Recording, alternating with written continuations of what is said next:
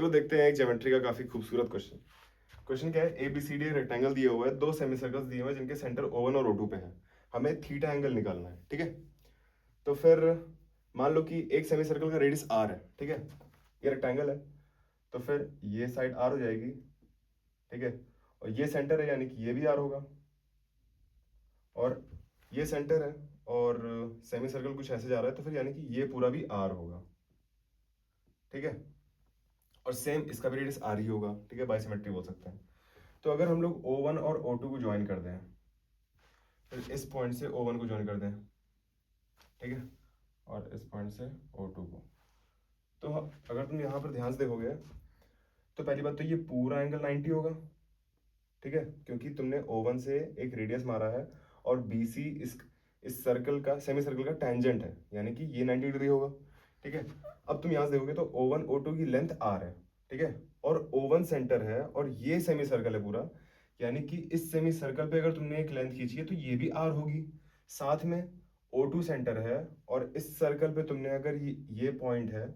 तो, और ये लेंथ तुम्हारी ये भी R हो जाएगी, ये भी रेडियस होगा, ये भी रेडियस होगा, और ये दोनों के सेंटर के बीच की डिस्टेंस भी एक रेडियस होगी, किसी एक सेमी सर्कल का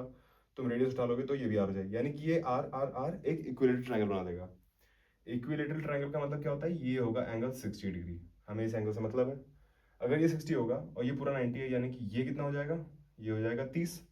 ठीक है। अब देखो, जो अब मान लो अगर इस पॉइंट को तुम G मान, तो फिर BGO2 ट्रायंगल में अगर देखो, BGO2 ट्रायंगल में अगर इस ट्रायंगल को मैं थोड़ा सेपरेटली बनाऊं, तो ये तुम्हारा BO2 है, ये और ये वाला तुम्हारा पॉइंट G है, ठीक है। ये तुमने एंगल निकाल लिया है 30 डिग्री, और ये वाला एंगल और ये वाला एंगल, ये वाला एंगल ये है, यानी कि ये 30 है। और तुम ध्यान से देखोगे तो BO2 की लेंथ R है